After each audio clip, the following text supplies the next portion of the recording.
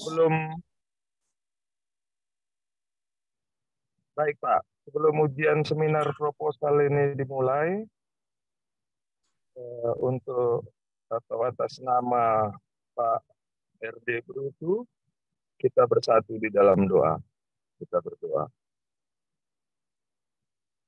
Allah Bapa yang bertahta dalam sorga, kami mau Roh Kudus menyertai kami, walaupun kami berjumpa melalui visual, Tuhan bisa menyertai kami, khususnya Pak Brutu dan Bapak-Bapak pembimbing. Tuhan sertai sampai akhir ujian ini di dalam Kristus Yesus kami berdoa dan mengucap syukur. Amin. Amin. Baik Pak Brutu, diberi waktu dan kesempatan sekitar 10 menit untuk menjelaskan isi proposal tesisnya. Dipersilahkan Pak Brutu. Ya, terima kasih Pak. Langsung aja Pak. Ya. Oke. Terima kasih kepada Bapak dosen yang menguji. Pertama Bapak Jantrus Temurang dan Bapak Ramli Harahap dari online dan Bapak Mem Wijaya Tarigan. Latar belakang saya untuk membuat judul ini Pak, yaitu saya kebetulan adalah melayani di Aceh Singkil 10 tahun 7 bulan, dan pada saat saya melayani di sana terjadi begitu masif terhadap diskriminasi gereja, yaitu dalam hal ini IMB, sehingga sampai sekarang di Aceh Singkil itu tidak mempunyai ibadah yang begitu seperti yang di gereja-gereja lain. Artinya bahwa gereja di Aceh Singkil itu sampai sekarang ada 7 gereja, yaitu beribadah di bawah tenda-tenda, dengan alasan bahwa itu adalah karena tidak ada mempunyai IMB, lalu pemerintah membongkar paksa melalui aparatur negara yang telah direncanakan, yaitu melalui polisi, Satpol PP, dan sebagainya. Ketika saya tertarik dengan judul ini, Pak, mulai dari tahun 79 ketika saya dilahirkan, sampai saat sekarang ini, gereja telah 4 kali dibongkar. Dan 4 kali juga mengungsi ada ke Sumatera Utara, ada ke daerah yang lain. Namun ketika pada tahun 79, tahun 92, tahun 98, dan tahun 2012, biasanya pada umumnya di tahun-tahun 90-an ke bawah, itu pasti terjadi pemurtatan. Artinya ketika umat Kristen itu mengalami penindasan, terjadi pemurtatan yang begitu masif. Ada secara misalnya diiming-imingi jabatan, ada misalnya melalui anaknya diangkat menjadi PNS, dan lain sebagainya.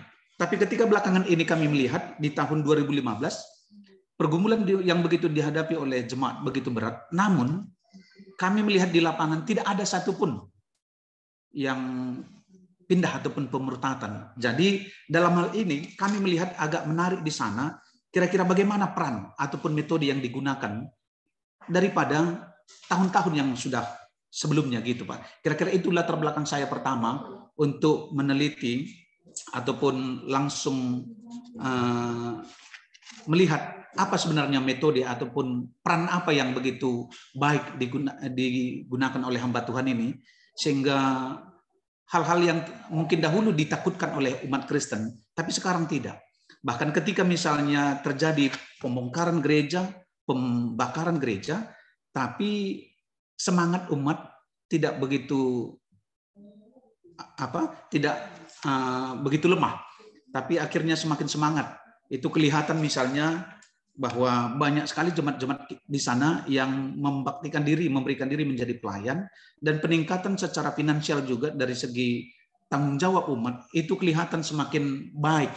Dan itulah mungkin menjadi kerinduan saya Pak untuk meneliti apa sebenarnya peran-peran yang paling begitu potensial yang digunakan untuk membina umat ini. Itu kira-kira Pak sementara untuk latar belakang saya ketika mengambil judul ini. Sekali lagi Pak, karena memang saya dilahirkan di gereja ini, dan kebetulan saya juga setelah menjadi pendeta melayani di sana 10 tahun lebih Pak. Jadi sedikit banyaknya saya memang agak sudah mengetahui lah tentang bagaimana metode dan apa menjadi tantangan-tantangan yang dihadapi oleh jemaat kita yang di sana Pak. Itu kira-kira latar belakangnya pertama Pak. Terima kasih Pak. Baik, jadi terima kasih kepada Pak Brutu yang sudah menjelaskan isi proposal tesisnya. Jadi catatan-catatan nanti ada sudah di kertas, saya tuliskan. Pertanyaan saya yang pertama untuk Pak Brutu, apakah Pak Brutu melalui proposal tesis ini ingin menulis di bidang sejarah gereja atau di bidang teologi praktika? Itu pertanyaan saya yang pertama. Kalau boleh Pak Brutu beri jawaban, saya persilahkan. Ya, terima kasih Pak atas pertanyaannya Pak. Memang saya sekarang kalau boleh nanti dari atas bimbingan Bapak dosen, saya sebenarnya 50-50 Pak. Artinya saya akan memperjelaskan dari sejarah gereja, mulai dari berdirinya gereja itu dari tahun 47 sampai ketika misalnya sampai sekarang 2015 itu, yang begitu rentan sekali dalam banyak tantangan ataupun diskriminasi yang dialami oleh jemaat. Jadi menurut sekarang pengamatan saya dalam hal pikiran saya Pak, bisa dikatakan semi sejarah gereja dan juga praktika Pak. Iya, baik Pak Brutu. Maksud saya begini, ya, Pak. Kalau memang mau menulis sejarah gereja, bisa saja sejarah gereja GKPPD berhadapan dengan kaum radikal misalnya di Aceh Singkil, kan bisa juga. Oh iya Pak. Iya, bukan hanya peranan pendeta yang mau dilihat dalam sejarah itu ya, Pak. Iya Pak. Iya, Pak. Jadi ini catatan-catatan sudah banyak, misalnya seperti peranan strategis pendeta, judul itu, seperti judul. Iya Pak. Iya Pak. Kalau memang mau menulis sejarah, saya usulkan analisis historis gitu. Analisis historis GKPPD Siompin Aceh Singkil menghadapi kaum radikal atau apa di Aceh Singkil, begitu judulnya. Iya Pak. Ya, nah, jadi itu nanti harus pasti sebelum selesai ujian seminar proposal ini teologi praktika atau historika. Karena agak sulit menggabungkan historika dengan teologi praktika dalam satu penelitian. Agak sulit itu, Pak. Oh, iya, saya sudah rasakan itu. Iya, agak sulit karena analisa historisnya nanti kurang atau teologi praktikanya nanti kurang, begitu. Iya. Walaupun semuanya iya Pak, untuk kebaikan gereja, semuanya menghasilkan saran-saran bagi gereja di masa depan dalam hal praktis. Tapi kita kalau memang sejarah, kita masuk dari analisa sejarah, iya Pak. analisa deskriptif historis, begitu. Lalu ya, Pak, saya lihat paragraf. Bagaimana, Pak? Iya, saya terima Pak, saya terima masukan dari Bapak dulu Pak. Ya, lalu kemudian setiap paragraf baru masih rata dia, baris pertama sampai paragraf selanjutnya, nggak ada yang belum menjorok ke dalam. Nanti Bapak lihat saja, sudah saya catat di sini ya. Karena macetnya ini belum saya serahkan ya Pak. Iya Pak, iya Pak. Ya, lalu setiap bahasa asing dicetak miring. Setiap bahasa asing dicetak miring. Kemudian tidak ada halaman Pak Pendeta. Mungkin kelupaan. Benar. Nanti dilengkapi halamannya supaya bagus ya Pak. Ya, Pak. Kemudian buku-bukunya juga perlu ditambah ya Pak. Bukan hanya kepustakaan, tapi apa yang mau kita pakai dalam sejarah gereja berhadapan dengan musuh-musuhnya atau yang tidak setuju dengan kekristenan. Itu juga harus kita tambahkan. Lalu wawancara, Pak, sebaiknya tidak usah dulu dalam proposal, karena ini masih proposal, belum start penelitian ke lapangan ya Pak. Kalau bisa ya, nanti dijelaskan penguji, bapak-bapak penguji selanjutnya tentang itu, soal wawancara. Nanti bisa dipakai di tempat yang lain, bab yang lain. Ya Pak Pendeta, Iya Pak. Ya. karena saya dari mobil, dari dalam kendaraan ini kurang konsen, saya ngelihat jalan, ngelihat kertas, ngelihat bapak, ya. Kemudian saya rasa cukup itu dulu, nanti Maaf kalau Pak, masih suaranya ada. terputus-putus Pak. Iya, saya rasa cukup itu dulu Pak. Nanti kan masih bisa kita berjumpa ya setelah ujian ini, karena ini dari dalam kendaraan agak apa ini sinyalnya ya Pak? Bisa terdengar? Iya Pak, baik Pak. Jadi Iya terima Pak, baik, kasih. baik Baik Pak. itu Pak Bruto, nanti saya Iya, Pak. serahkan suratnya ya, kertas Terima kasih Pak. halaman-halaman proposal ini. Terima Sekarang kami kasih Pak. persilahkan. Ya, terima kasih Pak Pendeta. Sekarang kami persilahkan Pak Harap. Silakan Pak. Baik, terima kasih Pak MW dan Pak JST, dan selamat buat Bapak RD Brutu yang telah sampai pada seminar proposal tesis ini. Ya Pak. Catatan teknis dulu saya sampaikan sebelum pada substansi. Yang pertama, nanti dalam menulis karya ilmiah, setiap judul seperti ini harus ditulis dalam font 18. Nanti ini jadi font 18. Ya Pak. Dan subjudul misalnya kalau ada misalnya nanti subjudul di bawah itu harus font 15. Gitu. Oh iya Pak. Dan nanti ini logo kita ini sudah ada yang baru, ganti aja nanti logo baru. Oh iya Pak, iya Pak. Ada lagi sekolah tinggi teologi. Jadi ya sekolah tinggi teologi ya. Iya Pak. Kemudian di halaman 1-mu itu kan tidak ada judulnya, langsung latar belakang. Itu dibuat di situ nanti judul yang kau tulis dalam seminar ini. Ya Pak. Baru setiap judul, subjudul, ini kan subjudul, pakai titik kau buat ini. Ini. Ya Pak. Jadi setiap judul tidak perlu pakai titik. Nanti ini akan saya kirim sama Pak RD ya. Iya Pak. Perlu pakai titik. Baru kemudian cara mengutip. Misalnya ini dalam Webster Third New International Dictionary. Kalau ini dikutip, maka buku yang di catatan kaki nantinya ialah Webster Third New International Dictionary. Ternyata di catatan kaki itu buku dari Robert Borong. Jadi Robert Borong yang menulis. Jadi benar seperti itu cara menulis karya ilmiah. Jadi harus nanti sebagaimana dikutip Robert Borong. Jadi begitu dia caranya. Dia lebih pada kenyataan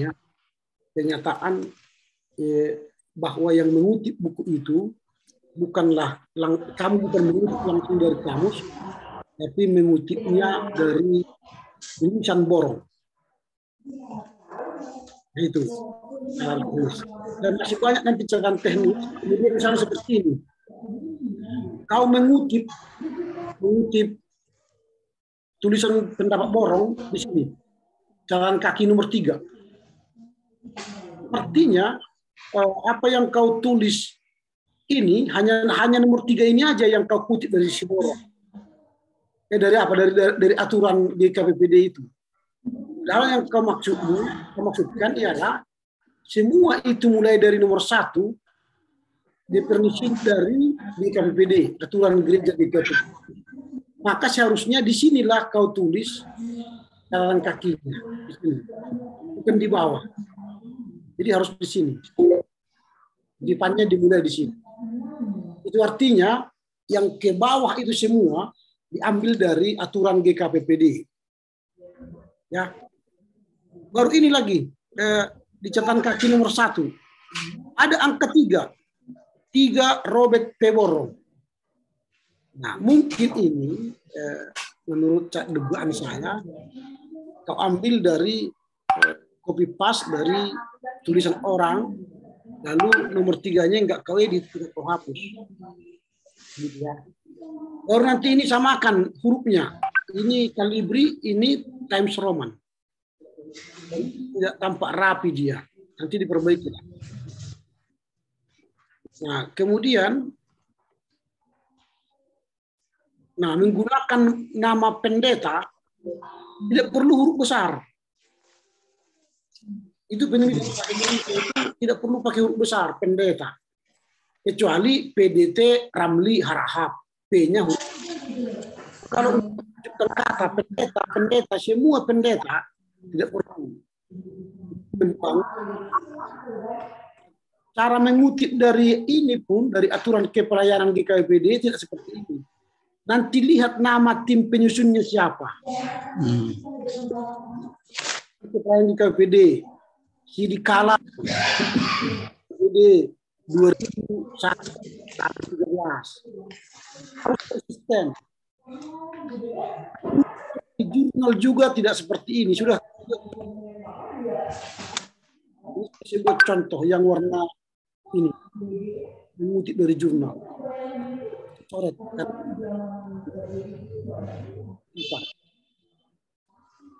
Nah, kemudian spasi juga tidak sesuai dengan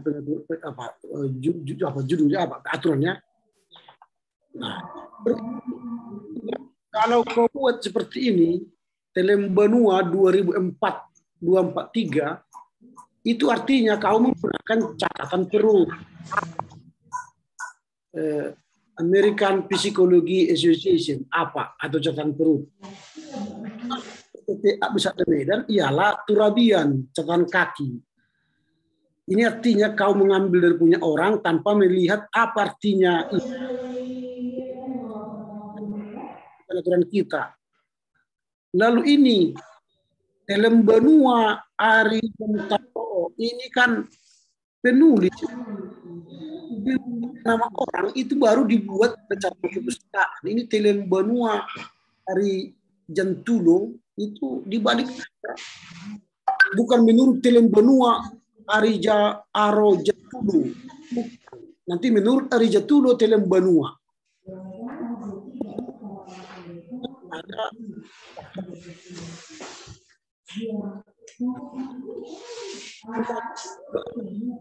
7. Ini ada yang kedua. Lexi J. Meleong. Nah, sama sekali itu ada 3 Robert Borong gitu.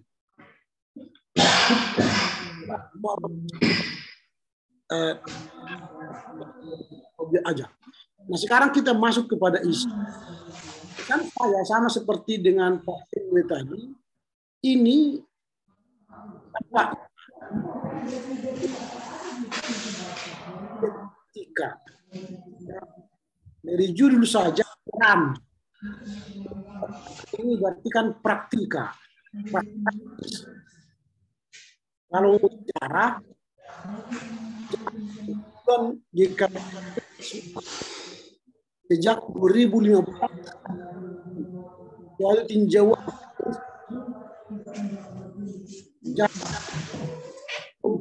itu bisa. Jadi menjadi seperti ini. Sejarah berbulan GKPPD Optim sejak 2015 hingga kini. Baru dalam kurung suatu historis sejarah GKPPD. Nah, kalau ini bisa, kali ini sejarah. Tapi kalau peran itu praktis. Kamu boleh pilih. Kami tidak mau memaksa kamu sejarah gereja. Itu tergantung pada minat. Tapi gereja ya harus judulnya seperti ini. Nah, sejarah pergumulan GKPPD atau seperti tadi yang disampaikan oleh Pak Emu. Kemudian latar belakangmu, kalau saya abaikan dulu sejarah ya. Saya abaikan dulu sejarah ini dari perbincangan. Saya mengarahkanmu dari apa yang kau tulis. Sehingga nanti kamu bisa melihat perbaikan-perbaikan mana yang harus dilakukan. Kalau mau menulis peran strategi pendeta, jemaat pada saat menghadapi pembongkaran gereja GKPD Siompin di Aceh Singkil, maka mulailah dari apa yang seharusnya. Apa yang seharusnya dilakukan oleh pendeta GKPD Siompin kala itu? Apa yang seharusnya dia lakukan ketika terjadi pembongkaran? Tetapi kenyataan yang kau lihat yang dilakukan pendeta berbeda. Ini kan, itu cara menulis karya ini. Lalu kalau ada perbedaan, itu namanya penelitian. Kau bertanya, mengapa terjadi itu? Itu biasanya cara Jadi tampaknya tidak sampai ke situ. Hanya membahas soal kata pendeta, kemudian pendeta, sebagainya. Masuk semua ke bawah itu. Urai lagi bagaimana peran pendeta berkhotbah, klimaks, anti klimaks, hingga baca bingung. Saya membaca latar belakangmu ini. Saya tidak tahu melihat apa yang sedang kamu gumuli, apa yang kamu katakan pada pengantar ujian ini berbeda. Gumulilah apa sebenarnya yang menjadi persoalanmu. Jadi jangan kau bilang ini semi sejarah.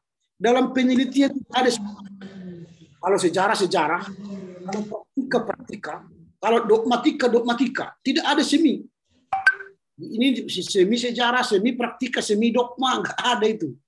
Harus konsisten. Kalau sejarah, kalau praktika. Saya sudah tuliskan ini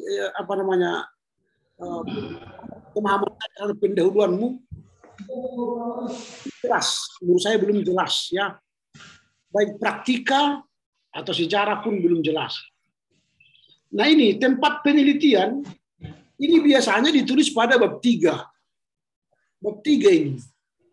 Kalau pada proposal belum. Kemudian identifikasi masalah. Identifikasi masalah itu bukan bertanya. Identifikasi masalah apa di lapangan yang kamu lihat. Ialah adanya pendeta yang tidak melakukan peran yang strategis pembongkaran gereja di Aceh. Itu adanya. Kurangnya pendeta dalam menghadapi pembongkaran gereja, kurangnya. Jangan bertanya itu rumusan masalah. Itu ya.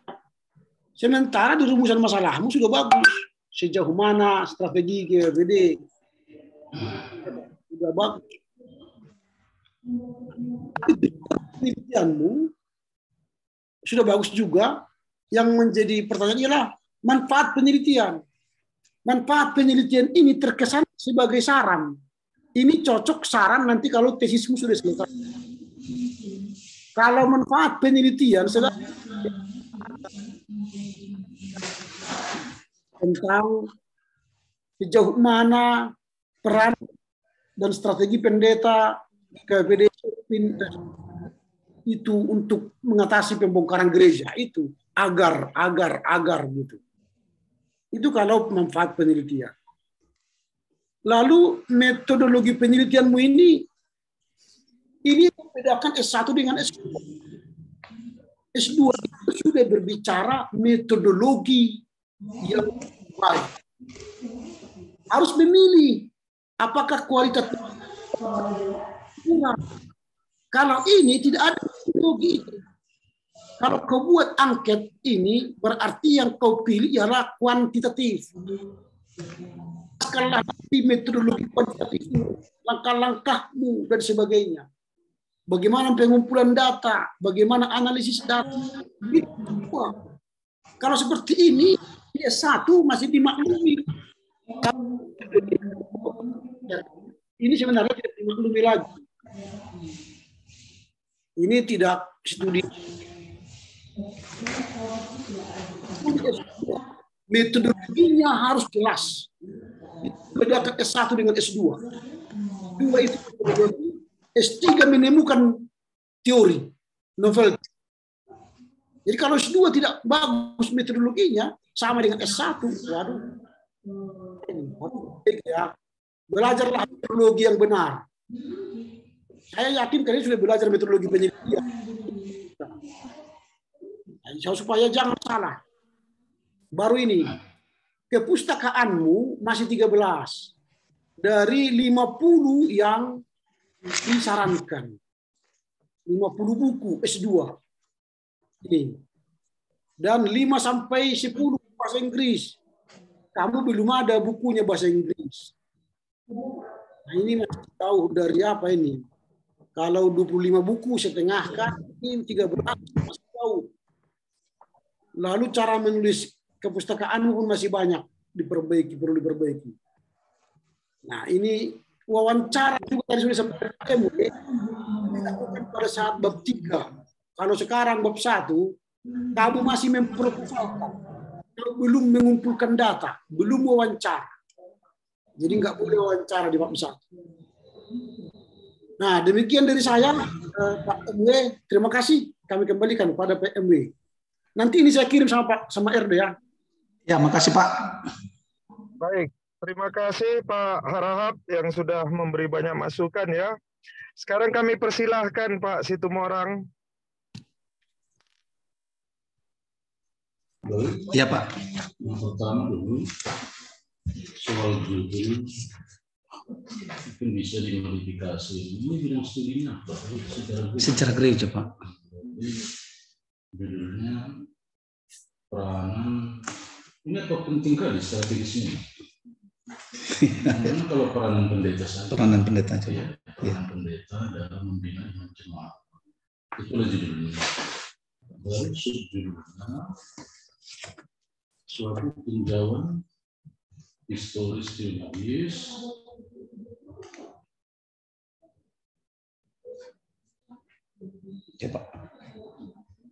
tentang peranan pendeta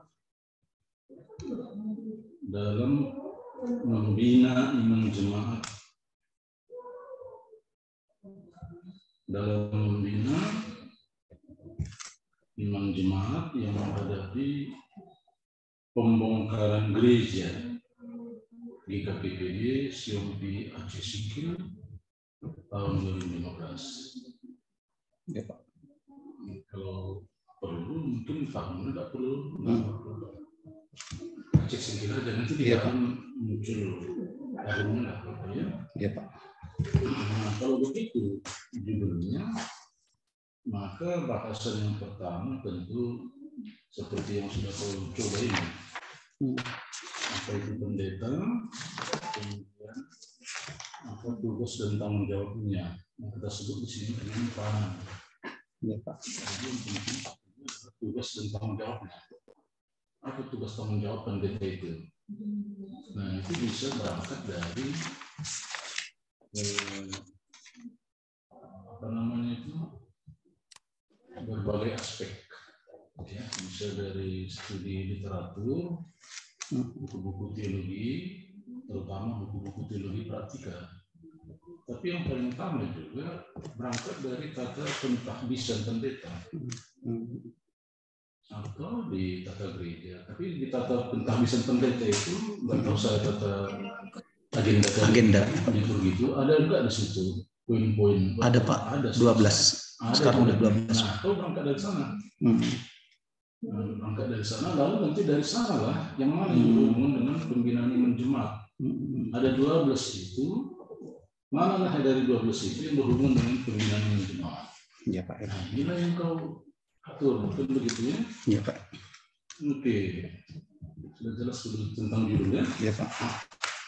Lalu uraiannya yang pertama tadi adalah siapa pendeta, kemudian yang kedua tugas dan tanggung jawab seorang pendeta. Nah, itu tadi ya. Iya, Pak. Iya, Pak. Lalu yang ketiga, belum muncul di proposal ini kasusnya. Itu kasusnya masih di dalam benakmu. Karena sebagai pembaca belum ada di sini. Apa rupanya kasus itu? Misalnya itu bagian ketiga nanti kan kasus pembongkaran gereja di KPPD Siapapun nanti singkir. Iya, Pak. Apa yang terjadi di situ? Nah, itu bisa kemudian nanti dari sejarah berdirinya gereja itu. Kemudian bagaimana pengalaman mereka di daerah yang mayoritas Muslim yang singkir. Yang kau sebut tadi mengalami beberapa kali pembongkaran dan mengakibatkan pengungsian. Nah, itu kau uraikan secara periode. Iya, Pak. Nah, yang pertama kapan, yang kedua kapan, berapa kali kedua? 4 kali, Pak. 4 kali ya. Berapa aja menurut tahunnya? Menurut tahunnya ya, Pak? Iya, karena ini kan historis. Studi historis. Iya, Pak. Lalu setelah kau uraikan kasusnya, apa yang menjadi dampak kasus itu terhadap iman?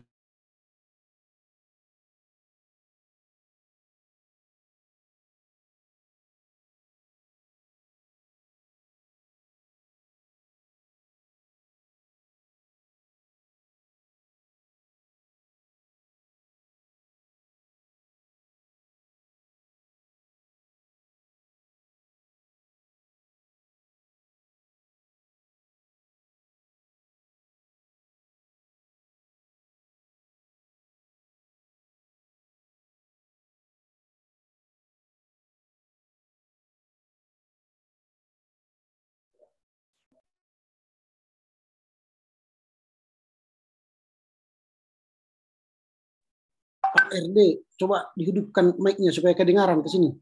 Ya, Pak. Iya, Pak. Iya, Pak. Jadi apa yang terjadi? Apa dampak terhadap pertumbuhan iman mereka kalau itu terjadi? Nanti barulah datang analisa bahwa sebenarnya pengalaman itu belum tentu melemahkan iman jemaat, kan? Justru bisa saja pengalaman itu membuat mereka menjadi lebih militan, lebih kuat lagi. Nah, itu nanti kan kebenarannya dibuktikan oleh penelitian.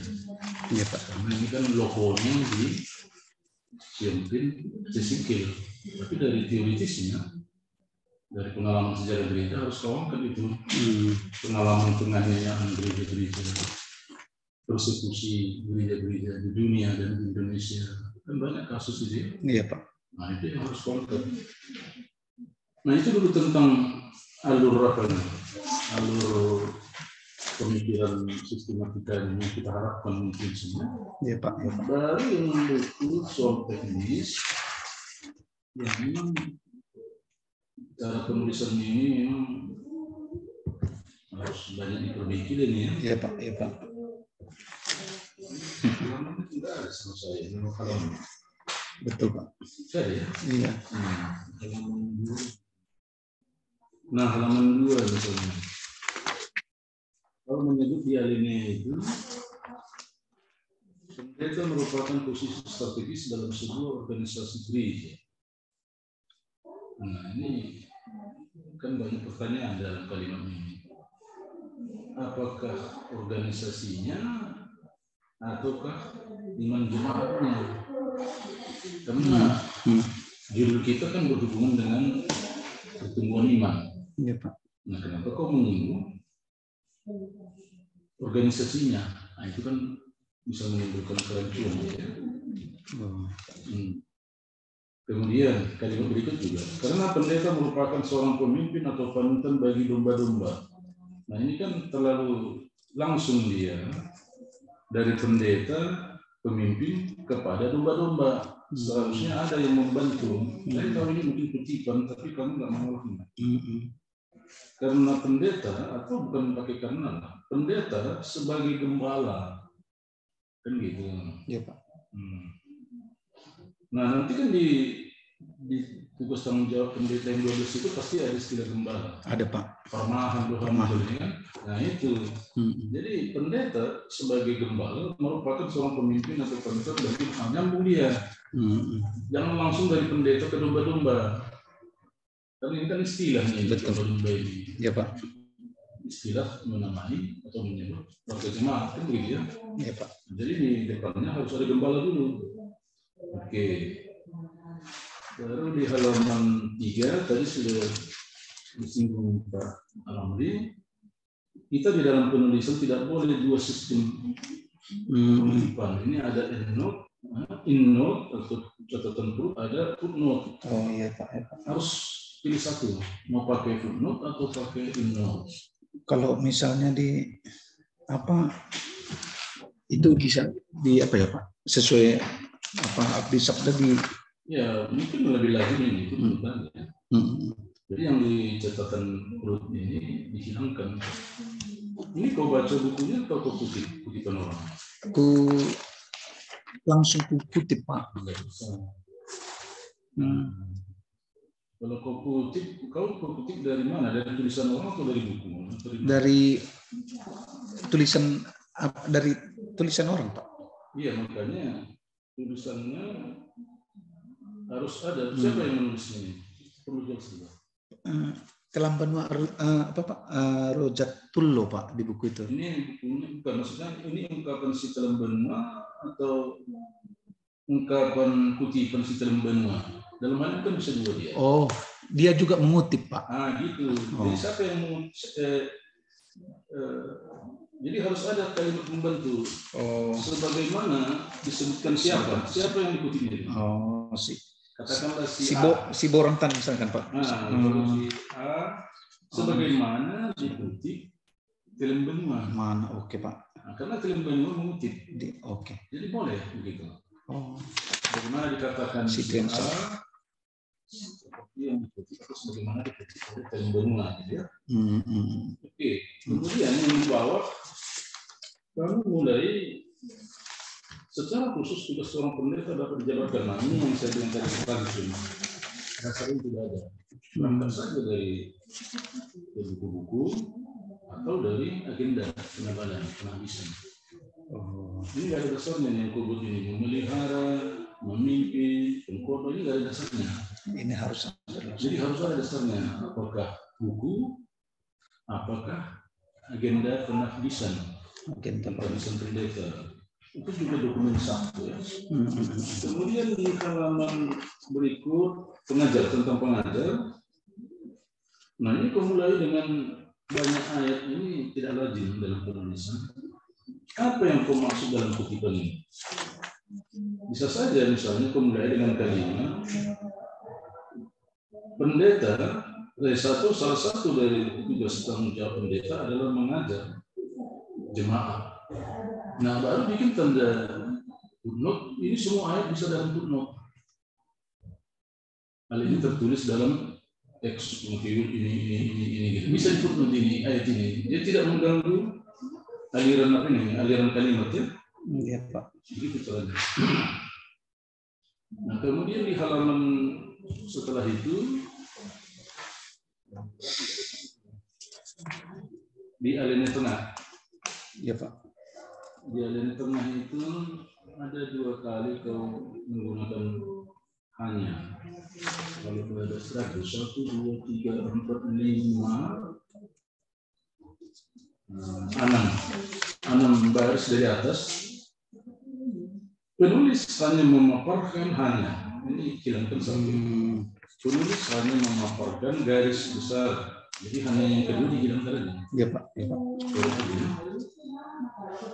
Baru alinea yang tengah. Dalam sebuah organisasi gereja, pendeta memiliki peranan yang sangat penting. Nah, kalau usah sebut organisasi ini, langsung aja dalam gereja, ya. Karena kalau organisasi itu bicara tentang strukturnya, tatanannya kan gitu ya. Kalau kita bicara tentang gereja secara fungsionalnya, nah. Dalam sebuah organisasi pendeta memiliki peran yang sangat penting dalam motivasi jemaat untuk peningkatan iman jemaat. Nah ini butuh refleksi. siapa yang mendukung ini bahwa memang peranan sangat penting? Ya, oke. Di halaman berikut kasusnya seperti tadi sudah saya singgung. Lalu halaman ini yang ada footnote 13 ya. Iya Pak. Halaman itu dalam pembinaan yang dilakukan para pendeta memilih berkelanjutan. Ini apa ini? Perlu jelaskan. Keberlanjutan. Dalam pembinaan yang dilakukan itu satu kalimat, satu kata ya. Iya Pak. Pisahkan kata kerja. Para pendeta memilih berkelanjutan. Memiliki program itu Pak maksudnya. Ya, maksudnya kalau nggak ada artinya dibuang aja. Oke Pak. Nah di halaman berikutnya teks ini salah satu apa ini? Progres Pak. Progres. Teks ini salah satu progres. Ini belum jelas juga. Iya Pak. Nah, baru di bawahnya juga. Jadi pendeta sebagai perpanjang Allah. Mungkin lebih bagus sebagai hamba Allah. Dari teologis dia sebagai hamba Tuhan. Iya Pak. Kemudian yang di baliknya halaman berikutnya ada badai tsunami. Nah, menulis tsunami bukan begini. Mana badai tsunami? Menulis tsunami. Dia pakai T. Tsunami Pak. TSU ya. Iya Pak. Baru kita masuk kepada identifikasi masalah. Ini enggak masalah ini yang kuangkat 3 hari ini. Kalau identifikasi masalah, apa masalah yang berhubungan dengan satu peranan pendeta, 2 yang berhubungan dengan imam jemaat, yang 3 berhubungan dengan penganiayaan, persekusi, pembongkaran. Dan itu masalah-masalah itu diangkat. Ini belum ada ini. Kalau justru bertanya di sini, bentuk pertanyaan ini biasanya di rumusan masalah, karena nanti akan dijawab di dalam bab-bab berikut. Jadi kalau di sini mendaftarkan apa masalah di sekitar judul identifikasi Pak. Nah, jadi bikinlah misalnya 5 atau sampai 7 begitu. Ini yang 3 ini belum bukan masalah. Ya. Lalu rumusan masalah dari yang 5 atau 7 di identifikasi masalah itu kau pilih ke sini. Dan biasanya rumusan masalah lebih sedikit dari identifikasi masalah. Iya. Paling sama, paling banter harus sama. Ya, kalau 5 di sana, 5 di sini boleh. Tapi bagusnya 7 di sana, 5 di sini. 5 di sana, 5 di sini. 5 di sana, 4 di sini. Dia harus lebih sedikit. Karena berarti kalau memilih dari identifikasi itu mana yang akan kau tindak lanjut, itu maksudnya. Iya Pak. Ya. Lalu satu lagi yang belum ada di sini, hipotesamu. Kau kan akan melakukan penelitian. Yang kau teliti itu apa? Hipotesis. Hipotesanya belum ada nih. Kan kau akan terjun nanti ke lapangan meneliti. Jadi harus ada hipotesa, misalnya jika atau diduga, ya, terserah. Diduga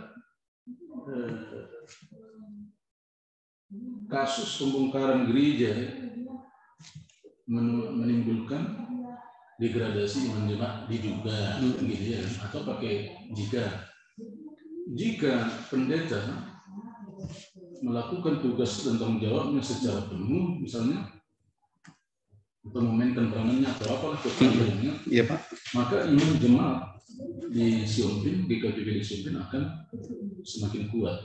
Nah, jika kan gitu kan, maka itu pasangannya. Tapi kalau diduga, maka jadi apa yang mau diteliti di apa itu, di hipotesa itu dituangkan. Apakah peranan pendeta yang mau diteliti atau tentang iman jemaat yang mau diteliti? Ya, kalau harus fokus sesuai dengan judulnya, dan judulnya kan peranan pendeta dalam pembinaan iman jemaat. Oke, Pak. Jadi diduga peran pendeta belum maksimal terhadap perjumpaan menjemaah misalnya diduga, kan gitu ya? Iya, Pak. Kalau lah memilih mau memakai diduga atau mau memakai jika, itu ada pembahasan sebagai mahasiswa. Jika ya Pak, jika Pak. Ya kalau kita lihat waktu sebenarnya itu menjadi sebuah formulasi kalimat yang bagus ya. Iya Pak, ya Pak. Ya saya kira itu saja dari saya. Itu aja Pak ini. Ya. Oke Pak, terima kasih Pak. Oke, dikembalikan Pak kepada M ya Pak. Ya, terima kasih Pak JST Pak Situmorang yang sudah memberi masukan. Sekarang kami persilahkanlah Pak Brutu menutup dengan doa ya Pak. Oh iya Pak. Ya, persilakan Oke. Pak. Sebelum kita berdoa Pak, saya mengucapkan terima kasih kepada Bapak dosen yang telah memberikan masukan dan bimbingan kepada saya. Ya, semoga dari bimbingan yang memberikan Bapak dosen boleh menjadi peningkatan dalam memahami apa yang telah saya Pak dalam judul yang akan saya susun Pak. Ya, karena keterbatasan waktu, biarlah Tuhan memberkati Bapak dan kita bersama dimanapun kita berada. Kita berdoa Pak. Terima kasih Tuhan atas penyertaan Tuhan dalam kehidupan kami. Pada pagi ini kami bersyukur karena Tuhan masih memberikan kami kesehatan, sukacita yang daripada Tuhan. Pada saat ini kami bersyukur juga Tuhan ketika Bapak dosen kami telah meluangkan waktu untuk membimbing kami sebagai persiapan menuju tesis yang kami akan susun. Biarlah Tuhan mengingatkan kami daripada masukan-masukan yang telah diberikan Bapak dosen kami, sehingga nantinya menjadi alat bagi kami untuk progres selanjutnya. Sebentar lagi kami akan berpisah melalui tempat ini, biarlah Tuhan mempertemukan kami di lain waktu, sehingga kami boleh bersukacita. Inilah doa kami Tuhan, di dalam nama Tuhan Yesus Kristus kami berdoa dan mengucap syukur. Amin. Terima kasih Pak Pendeta, Pak Ramli, Pak. Terima kasih Pak MW, dan terima kasih Pak Situmorang Pak. Ya. Sampai jumpa ya Pak.